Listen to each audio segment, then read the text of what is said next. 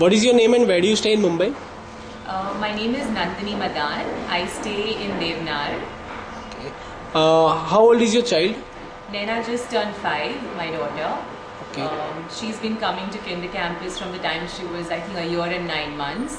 And she continues with the evening classes currently. She's transitions to higher school, but she continues with the evening classes. So what type of classes were you looking for your child?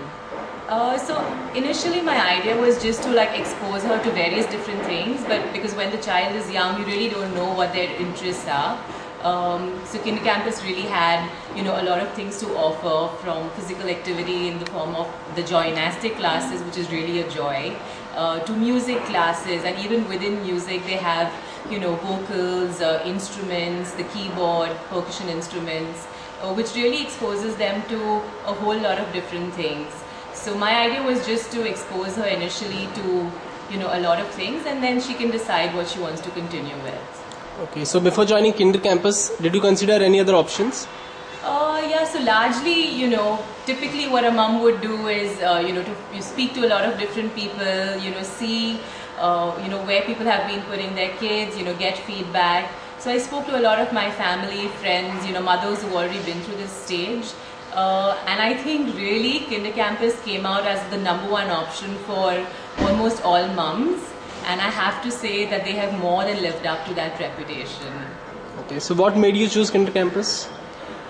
Okay, so one thing that I'd always heard before, and I saw, I've lived through that as well, is the complete and absolute dedication, the genuine interest, the passion of the family, the management, the teachers and the entire Kinder Campus staff. They really, really are genuinely interested in your child and the development of your child, and that's what really makes Kinder Campus amazing. Okay. Based on your experience, 2 good things you really liked about Kinder Campus?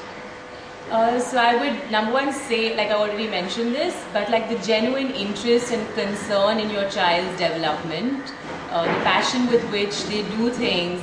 I don't think, for Kinder Campus it's not a profit organization.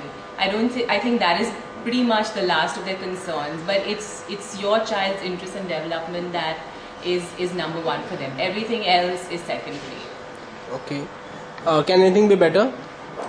I really don't think so. I think they should just continue going the way they are, and yeah, that would be great.